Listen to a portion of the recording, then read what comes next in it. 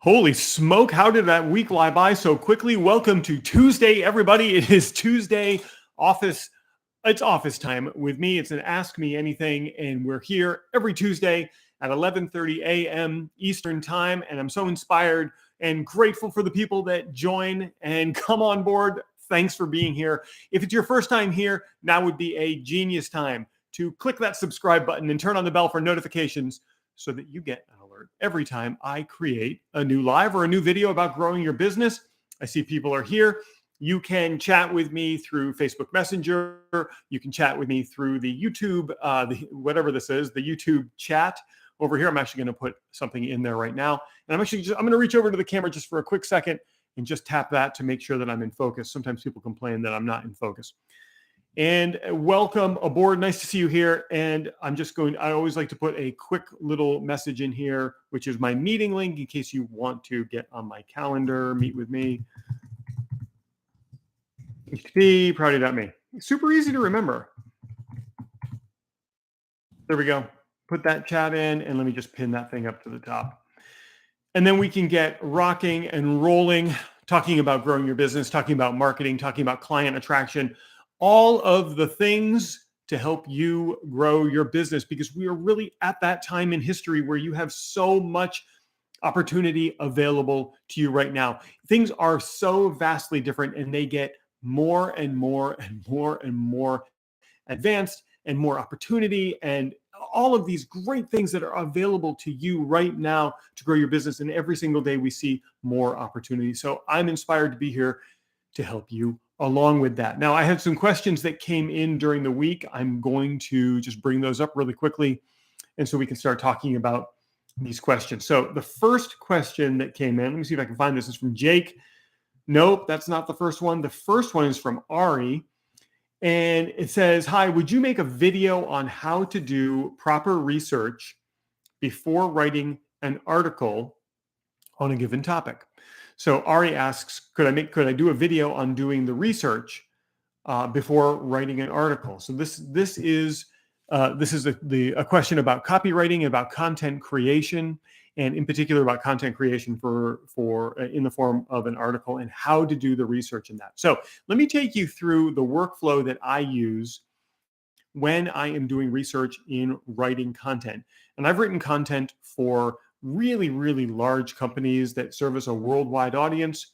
And I've written content, I write my own content, and I've written content for a lot of my advisory clients. I don't do as much content writing anymore because I teach how to write content in my program, but I'm certainly happy to tell you about how to do that research, Ari. So the best way to go about getting ready to write content is to do a tremendous amount of research, because if it's a topic that you know about, the research is going to be a whole lot easier. But if it's a topic that you're not particularly familiar with, you want to get a lot of research done. So I like to start any of my content research inside of Google.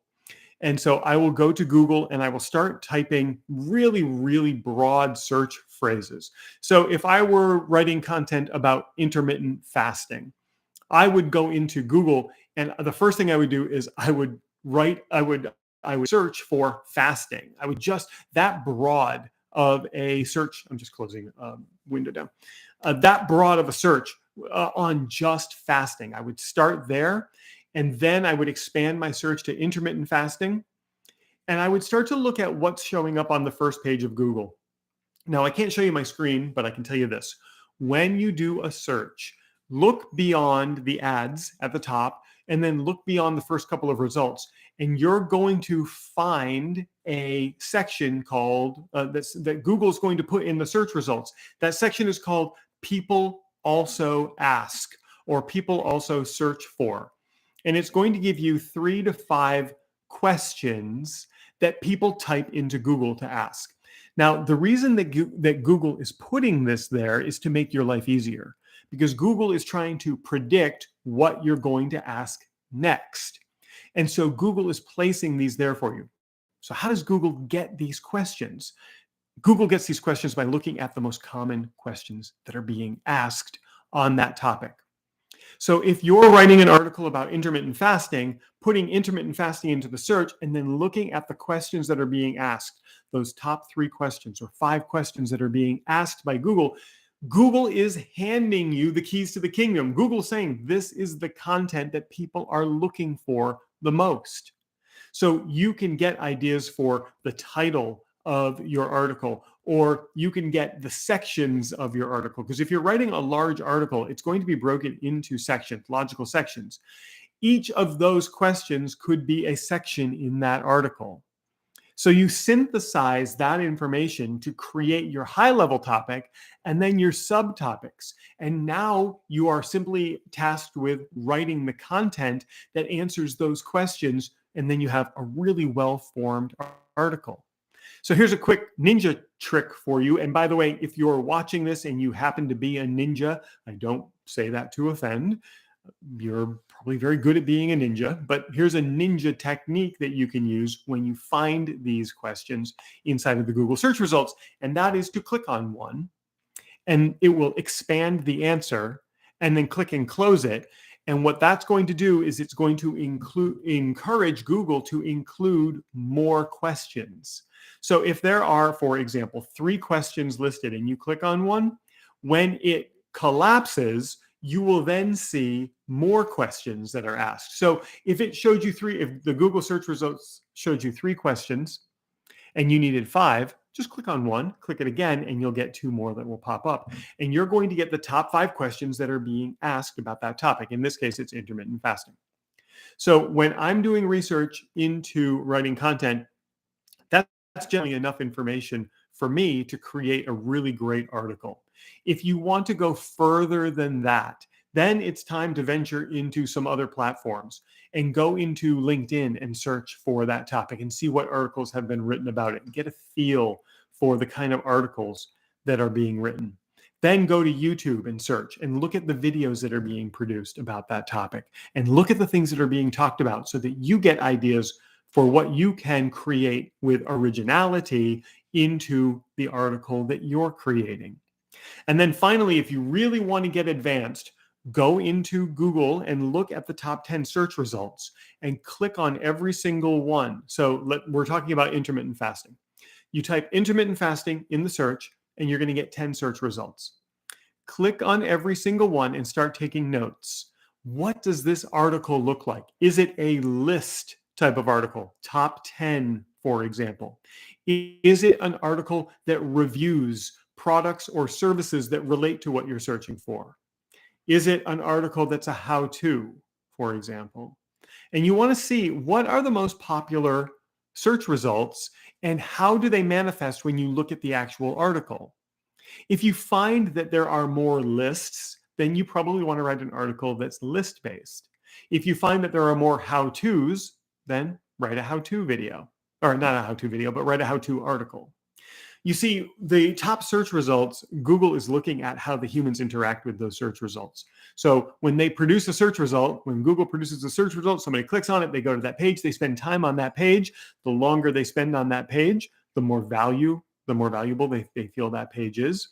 Google's going to rank that page higher more often.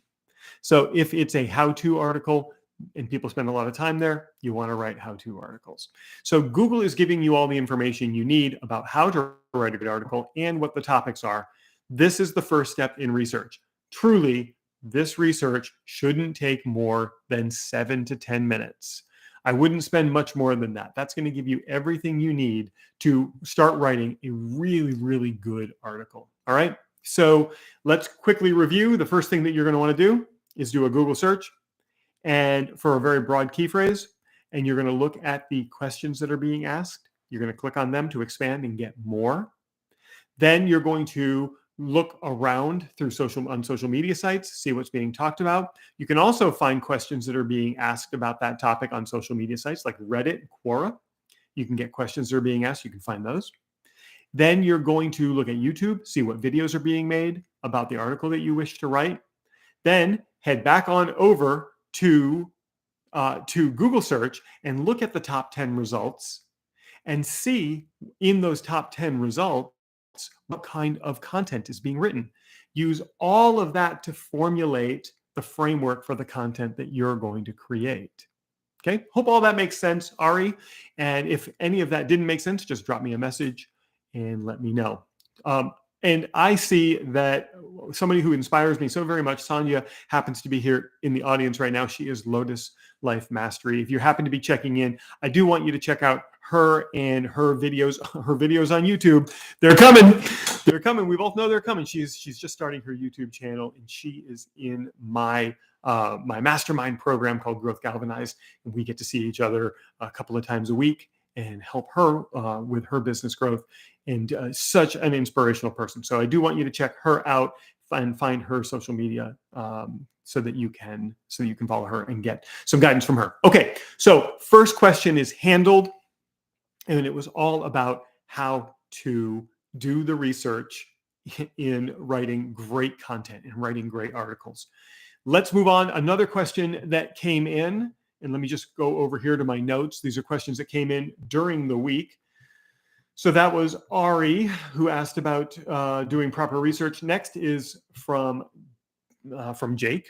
I don't know Jake, but Jake says, which niche will be perfect for me? I can't choose. So that's exactly how the question was written. Which niche will be perfect for me? I can't choose. So that is such an incredibly common question that I get and that I hear people talking about. And it's about how to choose the group of people that you're going to serve. And what Jake is just asking me in this question is, how do I pick a niche? I can't choose. And I'm going to presume that when you say I can't choose, what it actually means is I have so many options in front of me, I can't decide which to go with. If that's the case, and you can't decide which target audience you want to work with, you're in really good shape. Pick one and try and see if that audience responds to the offer that you have. See if that audience wants the solution that you can provide for them, provided they have the problem that you can solve. Okay, so look at the array of niches or target audiences that you have in front of you and pick one. And if they have a problem and you have a solution and they're willing to exchange money with you for that solution, go down that path. Take some time and see, can you get these people the solution you're promising? Are they willing to pay you for it? Are they getting great results? And if that's the case, congratulations, you picked your niche first try.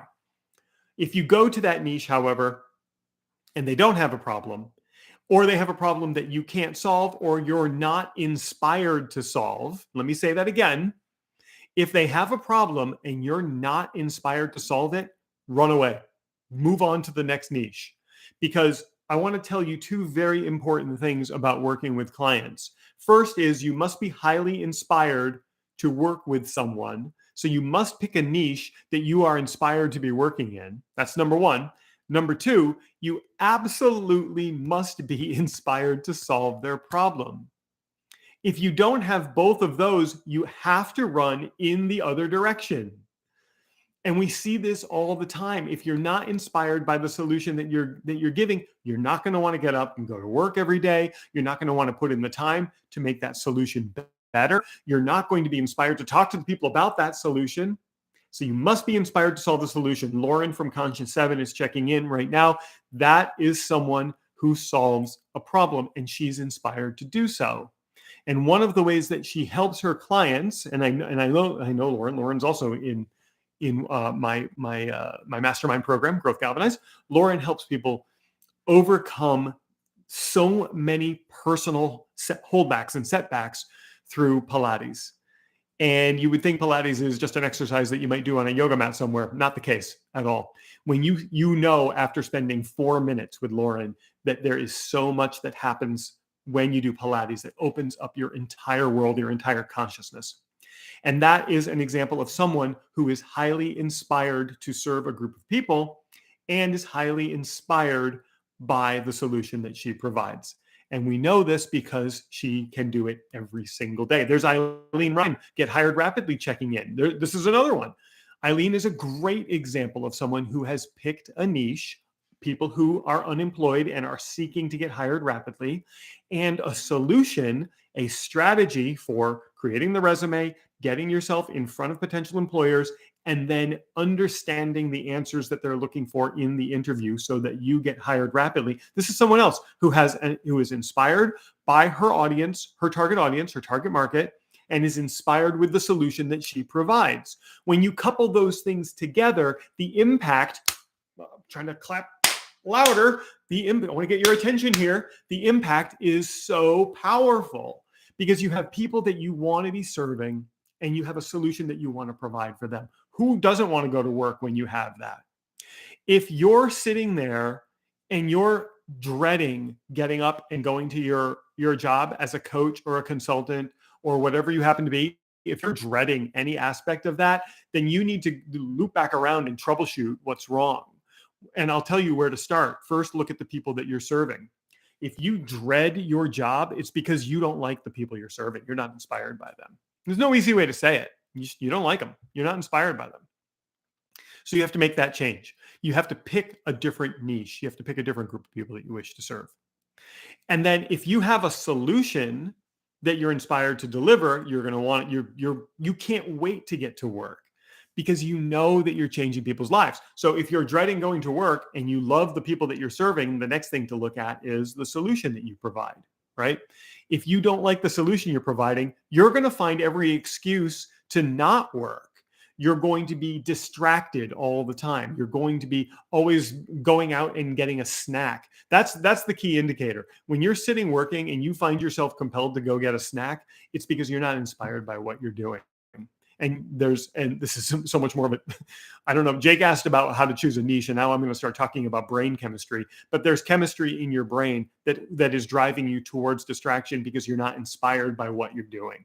No easy way to say that without being direct. You're not inspired by what you're doing, so you shouldn't be doing it. You must find something that you can do for your niche that you're inspired to do. When you couple those two things together, my goodness, it is so very powerful. And I do try to avoid talking about myself, but I have found myself in that beautiful place where I am so highly inspired by the people I work with. These are entrepreneurs, small business owners, people who have a mission to impact large amounts of people. And my solution is to help them get in front of those people. In fact, I was working with someone today. You know what? I'm not even going to say it. I'll say it when it comes true. The potential that exists in front of this person that was revealed to them today, it just blows my mind. I'm not going to say anything about it until it actually comes true. And then I will crow caw from the rooftops about the accomplishment that this person had.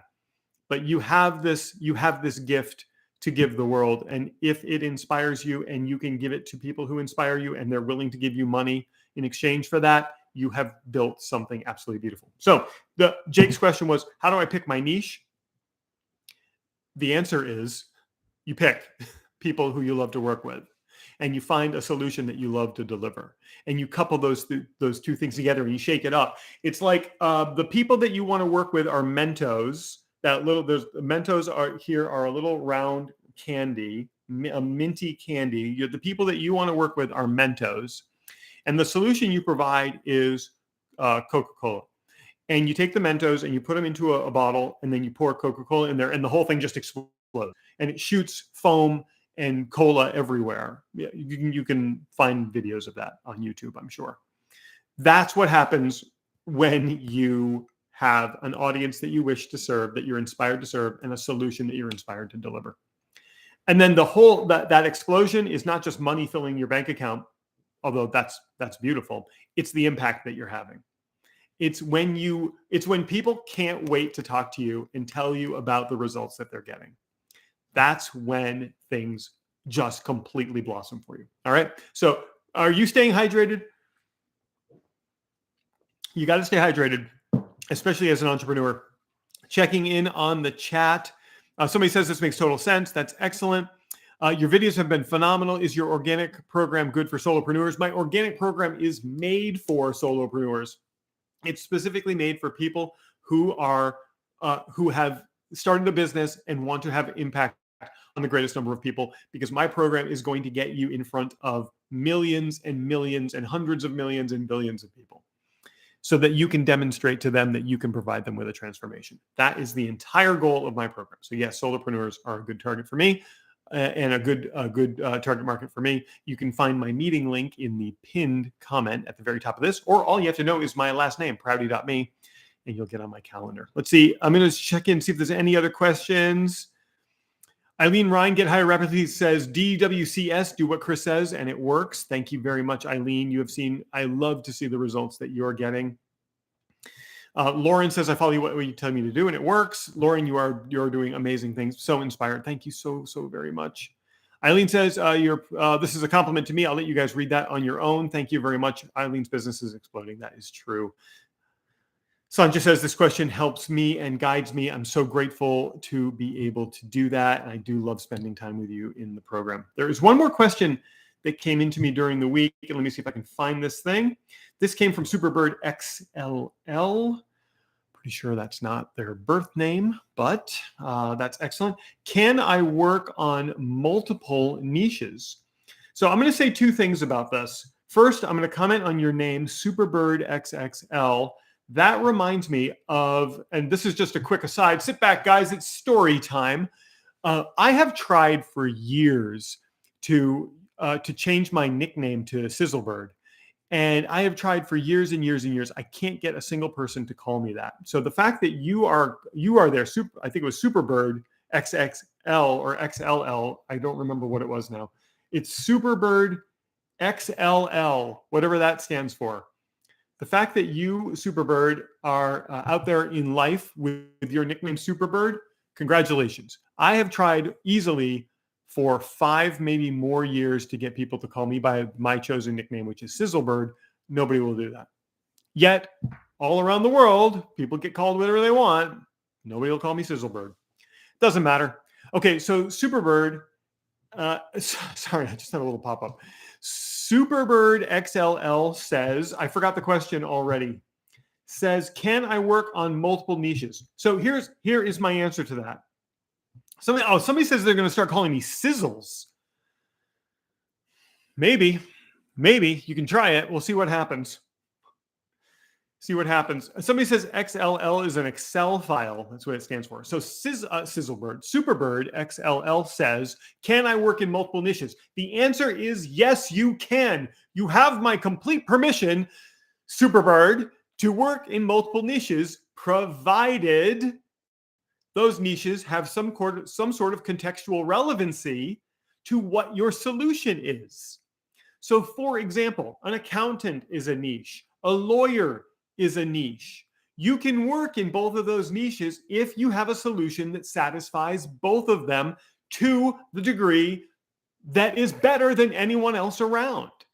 What I don't want you doing, and here, listen, we all know people like this. Listen up. We all know people like this.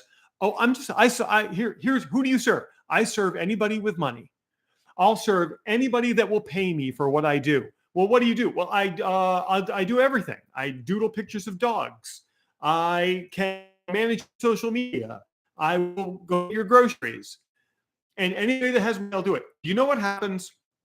You know what happens when you do that? You fail. You fail at business. You fail at life. And sorry, but it's true.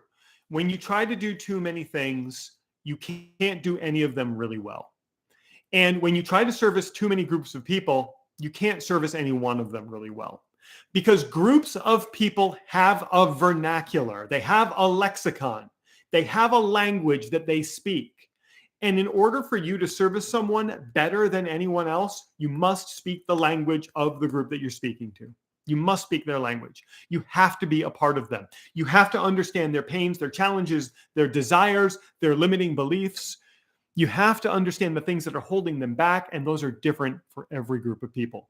It's why groups exist in life, in the universe. It's why cows all get together in a field and humans all get together in a field. You want to be around things that are like you.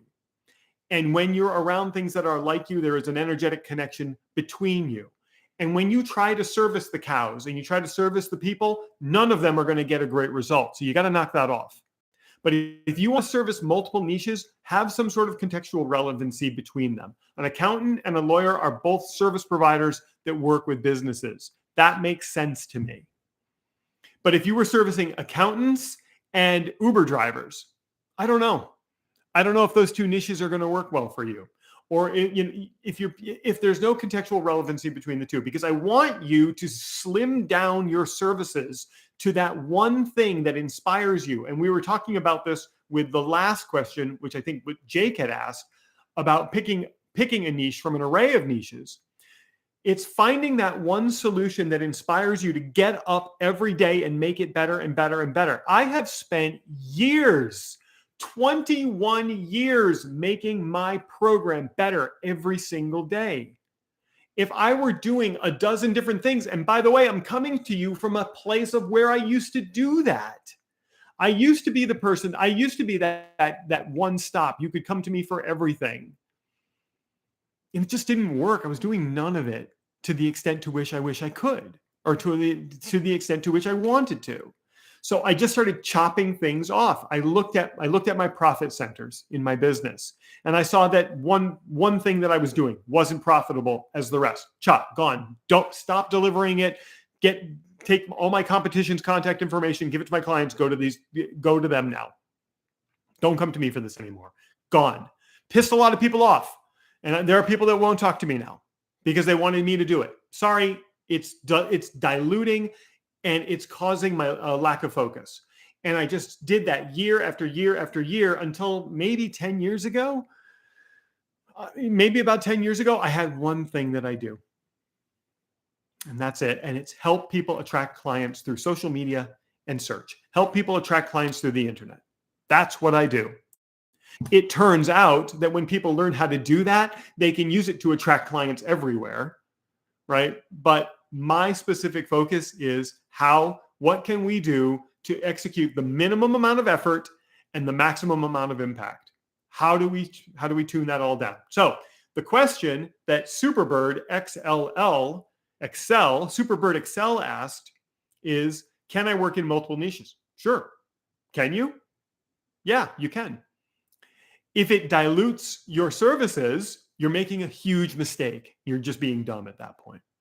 So if you can, and if you can continue to accelerate the work that you do, the service that you offer, and it continues to inspire you where you can't wait to get to work every single day. You want to work 7 days a week. I have people in my program that message me on the weekends. They're like, I'm working. There are some people in my program that work so much that they are physically forced to take a day off. And that's fine too. You have to do that. But you have to be so inspired by the groups that you serve and the service that you deliver that if you're not doing that, you're ultimately destined for failure. This goes, and I know the people that are watching this right now, and I know you, when you come back and you watch this on the replay, I know this is for you too. I want you to look at the people that you serve. You've got to love them. You've got to be inspired by them. I want you to look at the service that you deliver, like Lauren from Conscious 7, like Eileen, like Sanja, like who else? I don't even know who else is here and checking in. Chris Rivera, I just saw him check in. You have to love the service you provide, right? You have to love the service you provide to the people that you love to serve. And then the third thing is the people that you surround yourself with, who are your supporters. They've got to understand that your life is different, right? And we said this and I'm coming up on the end, but you got to hear this again. We said this a couple of weeks ago when we were here together in this live, that you have to expect that when you achieve a certain level of success, people around you are going to fall away.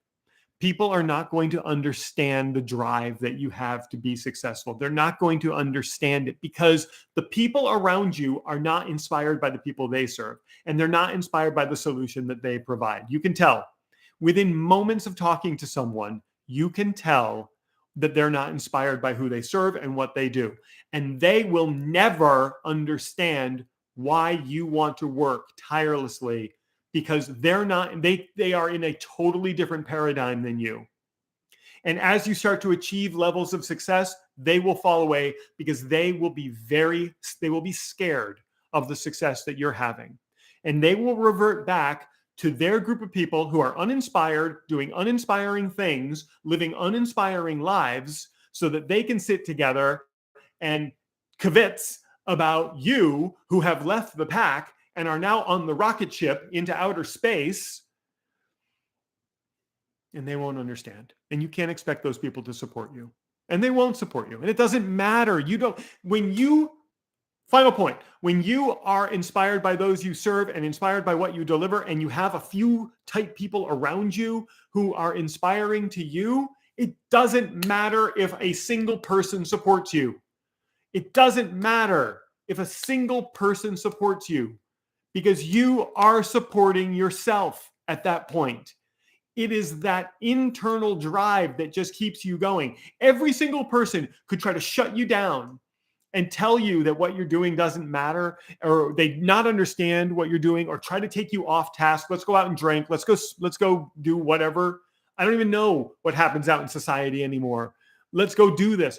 It's a distraction because they're nervous about the success that you're having, because it puts them in a very uncomfortable place, because you're showing them that they're living an uninspired life, that they're doing something uninspired, serving people that are uninspired. You make them very, very, very nervous, and they want to take you off task. Yeah. Now would be a genius time to click that subscribe button. You people that are watching this thing in the replay, click that subscribe button, turn on the notification bell so that I can keep bringing you incredible content like this to help move you forward. Links to other videos all around here. Thanks for being with me here today. We're ending the stream on a very positive note. Go do the things that inspire you and get paid beautifully for it. Do that right now, and forget about those people that are trying to suck you back into the uninspiring world that they live in. You don't need those people. You don't need them. See you next week.